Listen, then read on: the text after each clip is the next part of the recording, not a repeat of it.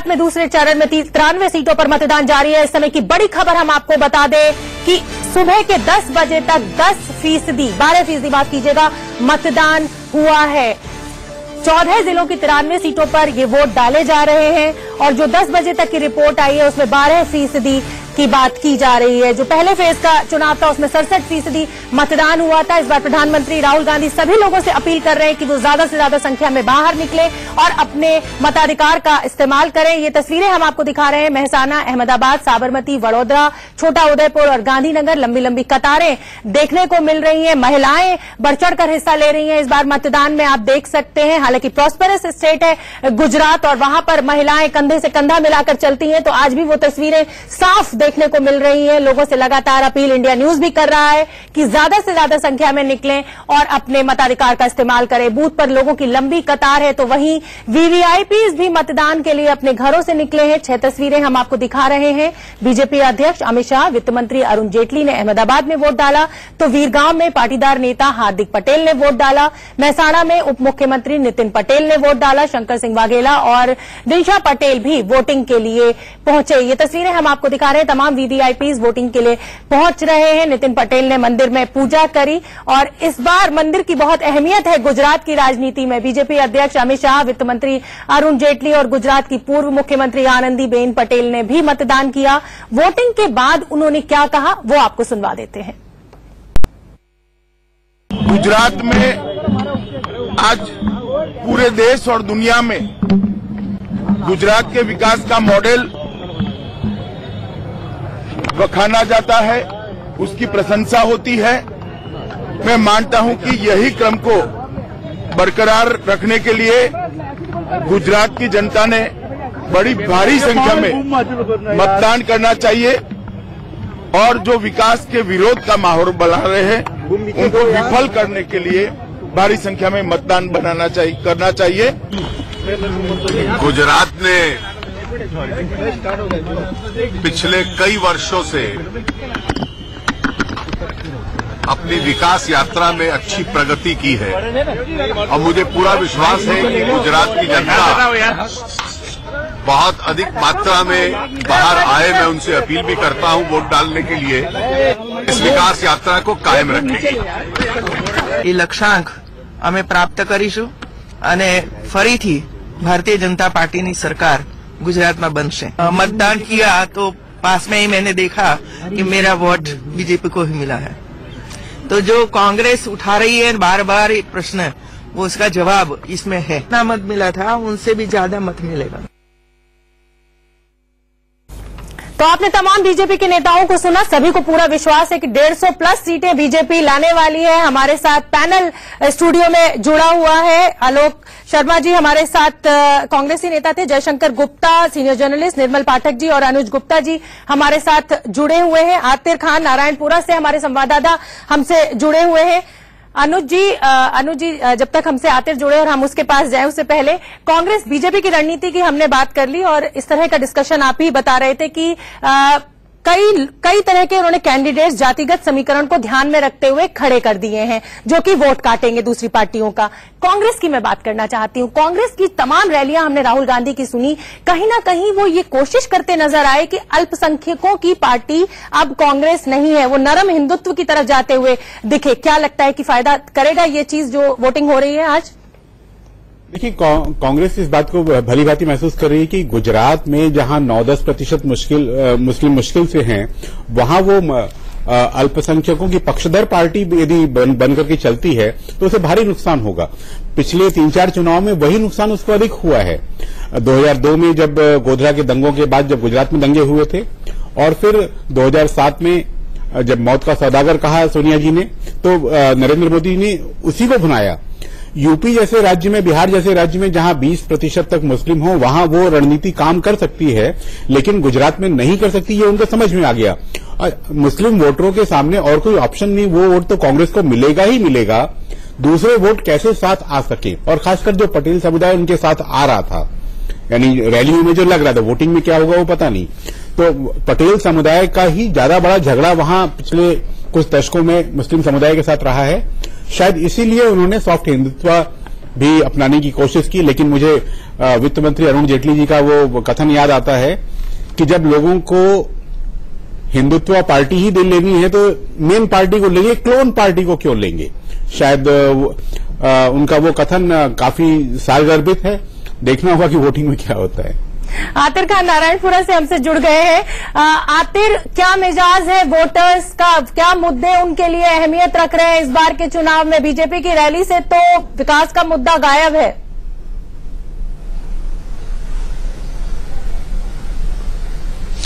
देखिए, ये कह पाना कि एग्जैक्टली क्या मुद्दे हैं दोनों, अगर हम ग्रामीण क्षेत्र की बात करें उनके मुद्दे अलग हैं। फिलहाल हम शहर में हैं और यहाँ अहमदाबाद में नारायणपुरा जो कि अमित शाह जी की कॉन्स्टिट्यूएंसी रही है, वहां 60,000 से ज्यादा वोटों से वो जीते थे पिछले विधानसभा चुनाव में, और यही वो कॉन्स्टिट्यूएंसी है जहां वो बूथ लेवल से उठकर इतने बड़े नेता बने हैं, बीजेपी के अध्यक्ष बन गए। थोड़ी देर पहले वोट देकर गए। अभी मेरे पीछे लंबी एक कतार लगी है, देखिए वोटर्स की। मैं अभी इनसे थोड़ी देर पहले इनसे मैंने जाके जब पूछा कि क्या मुद्दा है जिसके चलते आप यहां वोट देने के लिए आए, तो 10 में से लगभग 8 लोगों ने मुझे बताया कि वो विकास के लिए वोट देने आए हैं। तो अगर शहरी इलाके की बात करें तो वो विकास है। नारायणपुरा में मध्य वर्गीय और उच्च मध्य वर्गीय जो काफी संख्या यहां पर है, और ये बड़ा डेडिकेटेड जो है, जो बेस्टियन कहते हैं, स्ट्रांग होल्ड जो है बीजेपी का कहलाया जाता है। लेकिन अगर हम ग्रामीण क्षेत्रों की बात करें तो ग्रामीण क्षेत्रों की समस्याएं और हैं, वहां पानी, बिजली, ये सब समस्याएं, क्या उन तक वो लाभ पहुंच पाए। बीजेपी ने पूरी तरह से इसमें पूरी कैंपेनिंग जो की है उसमें ब्रांड मोदी को पूरी तरह से उसका फायदा उठाया है। घर घर जाकर लोगों को उसको फिर से एक तरह से बेचने की कोशिश की है, जिसका अब परिणाम आना है। और साथ ही में राहुल गांधी ने एक नया स्ट्रैटेजी लेकर चले हैं, और वो उनके लिए भी काफी कुछ स्टेक पर है इस बार, तो उनको भी अपना, मुझे लगता है दोनों की महत्वाकांक्षाएं ज्यादा है पार्टी की, क्योंकि 150 मार्क पाना बीजेपी के लिए हो सकता है मुश्किल हो, इसी तरह से कांग्रेस के लिए। बिल्कुल आतिर, आप बने रहिए, हम फिर लौटेंगे आपके पास। दीपक जी, अहमदाबाद की बात कर रहे हैं आतिर, मुद्दे बहुत अलग हैं। अहमदाबाद 21 सीटें, ये कहा जाता है कि ऊंट जिस करवट अहमदाबाद में बैठता है पूरे गुजरात में लगभग वही तस्वीर निकल कर आती है। आपकी एनालिसिस क्या कहती है? मुझे ये लगता है कि मध्य गुजरात जो है उसका ग्रामीण क्षेत्र कांग्रेस में बटा हुआ है और उसका शहरी क्षेत्र जो है वो पूरी तरह से बीजेपी के कब्जे में है। इसीलिए जब आप अहमदाबाद में खड़े होकर किसी चाय की दुकान पर बात करते हैं तो वहां यही स्वर निकलता है कि जो कुछ है नरेंद्र मोदी है, जो कुछ है विकास है। लेकिन अगर आप गांव की तरफ जाते हैं तो गांव में दो बड़े फैक्टर्स हैं। पहला फैक्टर है किसान का और दूसरा फैक्टर है पटेल यानी पाटीदारों का, उसके आसपास के लगे हुए हैं। ये दोनों ऐसी समाज हैं, ये दोनों ऐसी कम्युनिटी है जो इस सरकार से बेहद नाराज चल रहे हैं। पाटीदारों के लिए आरक्षण कोई बहुत बड़ा मुद्दा नहीं है, लेकिन पाटीदारों ने जिस बात को सबसे अहम बनाया है वो ये है कि आपने हमारा अपमान किया, आपने हमारे वोटों का इस्तेमाल किया, 22 साल तक लगातार शासन किया, बल्कि उससे भी ज्यादा 95 से शासन लगातार चल रहा है, और आपने ये सब करने के बावजूद भी हमें हमारा ड्यू राइट नहीं दिया। अब लोग ये देख रहे हैं गांवों के अंदर कि भाई ये फलाना आदमी था, 25 साल पहले बीजेपी से जुड़ा था, इसके पास ये था, मेरे पास अब ये है, इसका इतना बढ़ गया, मेरा इतना कम हो गया। तो बड़े इंडिविजुअल लोग कंपैरिजन की तरफ आ गए हैं। तो मुझे एक व्यक्ति ने, जो कि एक पाटीदार नेता था, उसने बड़े उससे बोला, बड़े कॉन्फिडेंट के साथ मुझे बोला कि अभी ऐसा लगता है मुझे कि पाटीदार और किसान ये किसी हालत में भारतीय जनता पार्टी को वोट नहीं देंगे। अगर ऐसा होता है तो फिर भारतीय जनता पार्टी के लिए मुश्किल खड़ी होगी। उनका यह कहना है कि उनके घरों ने बड़ा सहा है, और ये 2.5 साल में किसानों ने भी बड़ा सहा है और शायद पाटीदारों ने भी बहुत सहा है कि 14 लड़के उनके मारे गए, आंदोलन में सबको दबाया गया, हजारों केस दर्ज हुए, और वही किसानों का हाल रहा। किसानों की आत्महत्या हुई, किसानों को फसलों का दाम नहीं मिला, किसान जो है हर तरफ से संकट के अंदर फंसता गया। और मुझे लगता है कि वहां पर नौकरी का भी जो सिस्टम था, जो साइकिल घूमता था, वो उस हिसाब से नहीं घूम रहा था जिस हिसाब से घूमना चाहिए था। 1 साल पहले उन्होंने नोटबंदी देखी, फिर सूरत के व्यापारियों ने जीएसटी देखा, ये भी बड़ी कंफ्यूजिंग था। लेकिन फिर भी मैं व्यापारियों की बात और अनुज जी से एग्री करेंगे कि व्यापारियों ने न चाहकर भी भारतीय जनता पार्टी को उत्तर प्रदेश में वोट दिया। कहीं ये हालत गुजरात में भी ना हो, क्योंकि उनको फाइनली यही लगता है कि हमारी ओरिजिनल पार्टी तो यही है, तो हम क्यों डुप्लीकेट पार्टी में वोट दें। अब ये गुस्सा कितना टर्न आउट होता है, कितना चर्न आउट होता है, ये हमको आज देखना होगा। दीपक जी, जैसे कि आप कह रहे हैं कि शहरी और ग्रामीण की आप बात कर रहे हैं, कहीं रिच और पुअर डिवाइड भी होता हुआ दिखाई दे रहा है आपको? मुझे मोटे तौर पर नहीं लगता रिच और पुअर डिवाइड मुझे इसलिए दिखाई नहीं पड़ता क्योंकि गुजरात में बहुत ज्यादा इनइक्वालिटी नहीं है। गुजरात एक ऐसा स्टेट है जो प्रॉस्परस है। हर गांव के दो लोग, हर घर के एक आदमी, दो आदमी विदेश में सेटल है। वहां से अच्छे बड़े डॉलर्स आते हैं, पाउंड आते हैं, वो लोग ट्रैवल करते हैं। उनके लिए मुद्दा अलग है। उनके लिए मुद्दा ये है कि मुझे ट्रैवल वीजा साल में 2 बार मिले, मैं अपने परिवार के साथ और रह पाऊं, मेरे 4 बच्चे और माइग्रेट हो जाएं, मेरा बिजनेस यूएस से लेके यूके से लेके कहीं और। तो जो प्रॉस्पेरिटी की बात हम गुजरात के अंदर करते हैं वो माधव सिंह सोलंकी के जमाने से चले आती है। मुझे पता है कि हाँ, नरेंद्र मोदी ने उसको बहुत गति दी और उस गति को वो बड़े तेज अंदाज में ले गए। लेकिन कभी कभी ऐसा लगता है ना कि आदमी ठहर जाता है, एक साइकिल के बाद ठहर जाता है। और 15 साल बाद हमने वही दिल्ली के अंदर देखा था। दिल्ली के अंदर हमने क्या देखा था? दिल्ली के अंदर हमने यही देखा था कि जिस 15 साल जो सबसे पॉपुलर चीफ मिनिस्टर रही थी, आदमी अपनी बीबी को देख देख के भी उगता जाता है। भाई मैं इसीलिए बोल रहा हूँ कि बड़ा टिपिकल विरोध करूंगी आपका, ये मैं विरोध करूंगी आपका इस बात का। कह रही कि वो अपने पति को देख देख के भी, हाँ, ये हम महिलाएं भी कह सकते हैं। चलिए चर्चा पे महिलाओं को भी कहने की आजादी है, महिलाओं को भी कहने की आजादी की। चलिए अच्छा दीपक सर, जैसे कह रहे हैं कि रिच और पुअर डिवाइड उनको होता हुआ नहीं दिख रहा है। वडोदरा की हम बात कर लेते हैं। वडोदरा में 10 की 10 सीटें कांग्रेस के खाते में है, वो माफ कीजिएगा बीजेपी के खाते में। कांग्रेस ने अपना खाता भी नहीं खोला था, लेकिन इस बार वडोदरा में कुछ फाइट टफ होती हुई दिख रही है। जो ग्रामीण क्षेत्र है वडोदरा का वो कुछ अलग जा रहा है। आप क्या कहेंगे? आपकी एनालिसिस क्या कहती है? मैं वडोदरा गया था, मैं वडोदरा इलेक्शन के लिए गया था और मैंने वहां पर काफी हद तक लोगों से बात भी की, कई तरह के लोगों से बात की, आम लोगों से बात की, खास लोगों से बात की। लेकिन वडोदरा को तो बीजेपी का गढ़ माना जाता है। अगर रूरल सीटें कुछ चली भी जाती हैं तो मुझे आश्चर्य नहीं होगा। लेकिन वडोदरा वो जगह है जहां प्रधानमंत्री 2014 के अंदर लड़े थे और वडोदरा की सीट उन्होंने छोड़ी थी। क्यों मुझे मैं गलत तो नहीं हूं?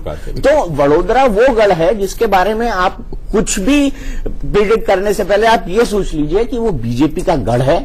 और भले से उसके कुछ गांवों के अंदर जो है वो क्या बोलते हैं, रेस्टलेसनेस लोगों के अंदर हो, लेकिन वो रेस्टलेसनेस कांग्रेस के लिए वोट में ट्रांसफर हो जाए, मुझे इसकी संभावना बेहद कम नजर आता है। मतलब आप अभी भी कहते हैं कि वडोदरा जो है वो 10 की 10 सीट फिर से बीजेपी के खाते में जाने की संभावना अभी भी उम्मीद है? मैं ये प्रिडिक्शन नहीं करूंगा कि 10 की 10, लेकिन वो उनका बहुत बड़ा स्ट्रांग होल्ड हो और उसको तोड़ना, उसको डेंट करना कांग्रेस के लिए इतनी जल्दी पॉसिबल नहीं। लेकिन सर अगर 1-2 सीट भी जाते हैं, अगर ये 100 के नीचे भी बीजेपी कम जाती है तो कहीं ना कहीं हार ही की तरह लिया जाएगा इसको बीजेपी। देखिए 150 की जो बात कह रहे हैं, जो अमित शाह जी ने कही थी, मैं इतना कॉन्फिडेंस के साथ बोल सकता हूं कि आखिरी दौर के वोटिंग तक आते आते वो इस बात को लेकर कॉन्फिडेंट है कि 150 उनकी नहीं आएगी।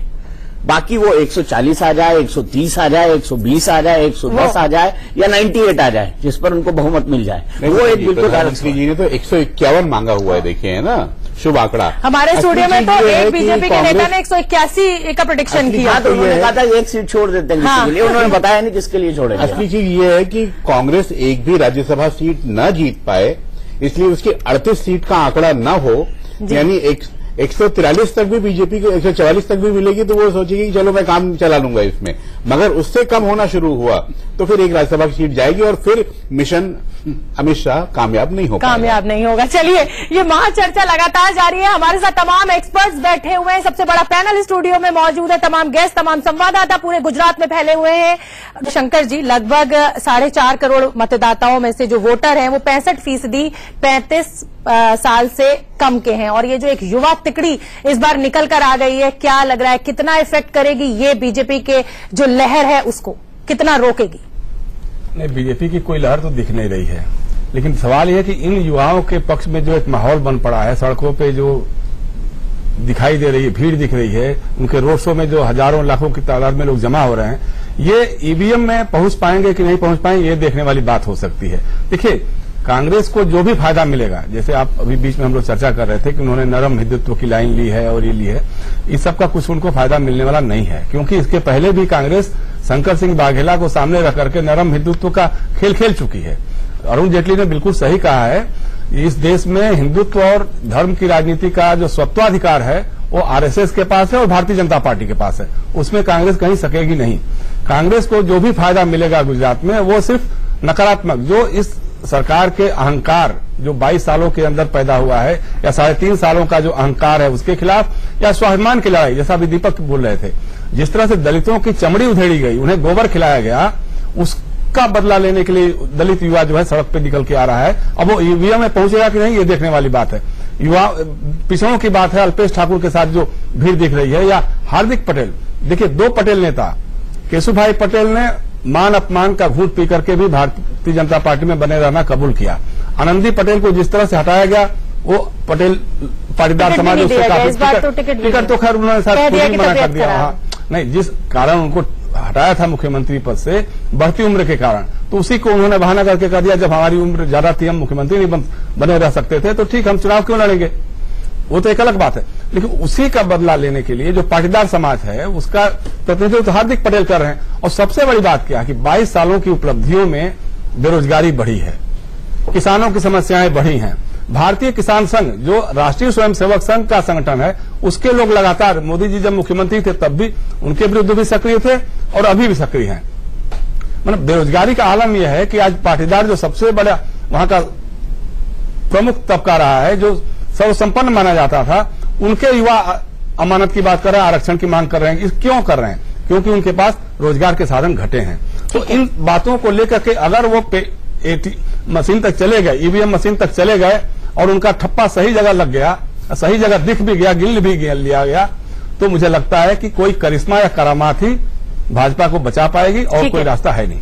ठीक है दीपक जी, 35 साल से कम का जो वोटर है उसका मिजाज के लिए मैं आपके पास आऊंगी, पर पहले रुक कर लेते हैं संजय का जो मेहसाना में है। संजय, क्या मिजाज दिख रहा है वोटर्स का, कितनी भीड़ है, आप बताइए। माफ कीजिएगा, वीरम गांव में संजय मौजूद है। संजय, हार्दिक पटेल का गढ़ है, क्या मिजाज है वोटर्स का? क्या सारे पाटीदार कांग्रेस के ही पक्ष में वोट दे रहे हैं?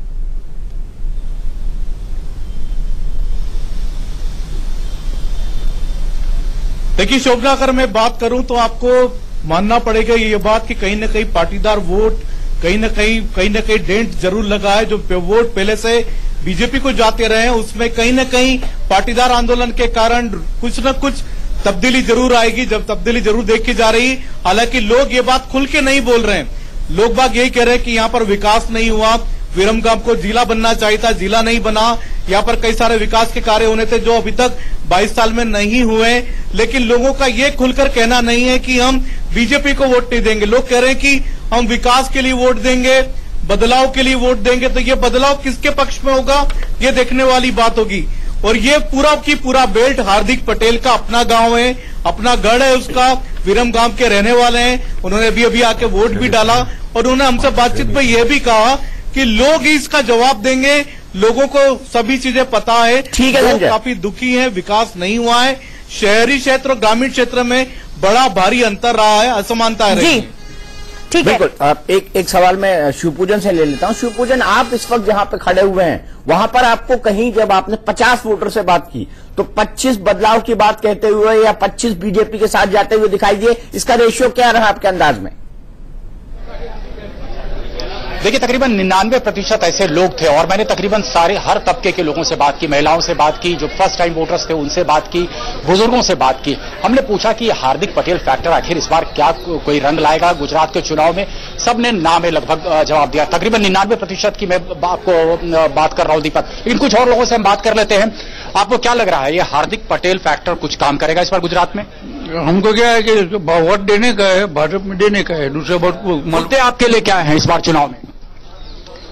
क्या आधे का इफेक्ट काम नहीं आएगा। और दीपक, मैं गढ़ में हूं, ये मेहसाना जो है पाटीदारों का गढ़ कहा जाता है, आप कुछ कहना चाहते हैं?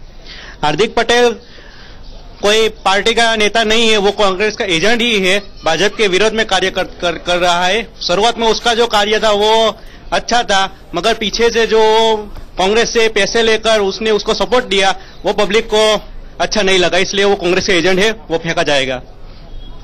मैं इस बात को समझने की खुद कोशिश कर रहा हूं। तकरीबन 99% ऐसे मतलब यहाँ पर जो लोग हैं वो कह रहे हैं कहीं कोई बदलाव की स्थिति नहीं है और पाटीदार समाज कहीं न कहीं एकजुट है। हम उस गढ़ में मौजूद है जो पाटीदारों का गढ़ कहा जाता है। हार्दिक पटेल के यहाँ पर आने पर पाबंदी है, लेकिन तकरीबन 300 रैलियां जो हार्दिक पटेल ने की उसमें जबरदस्त एक जन सैलाब देखा गया। वो क्या किसी बदलाव के लिए था? तो फिर जनता की ये बात फिर किस ओर इशारा कर रही है? ये तमाम सवाल हैं जो जहन में किसी को कौन है वाकई। और ये इंडिकेट करता है कि जो हम लोग सोचते हैं और जो वोटर सोचता है उसके दिमाग का अंतर कितना है। और ये भी देखने को मिल रहा है कि जो सीडी रिलीज की गई वो कहीं ना कहीं काम कर गई है। पहले कहीं कहा जा रहा था कि लोग विश्वास नहीं करेंगे, पर हम एक वोटर को सुन रहे हैं, वो कह रहा है पैसे ले रहे हैं, तो कहीं ना कहीं सर काम करती तो दिख रही है। मुझे ऐसा लगता है कि जो डिजाइन किया गया, हार्दिक उस नेट में आए हैं, वो इंडिकेट करता है कि हार्दिक उस नेट के अंदर आए हैं जो डिजाइन किया गया या जो घटनाएं होती चली गई। लेकिन अभी भी मैं ये कहूं कि खुलकर मैं इनकी बात ऑन द वर्ड्स ले लूं, 99% की 99% अगर है तो इसका मतलब पूरी तरह से बीजेपी जीत ही रही है। लेकिन क्या उसकी संभावना है? उसकी संभावना पर भी पूरी तरह से भरोसा नहीं किया जा सकता। मेरा सिर्फ ये कहना है। जी, जब हम गढ़ में ये रिएक्शंस आ रहे हैं तो थोड़ा चिंता का विषय है हार्दिक पटेल के लिए भी।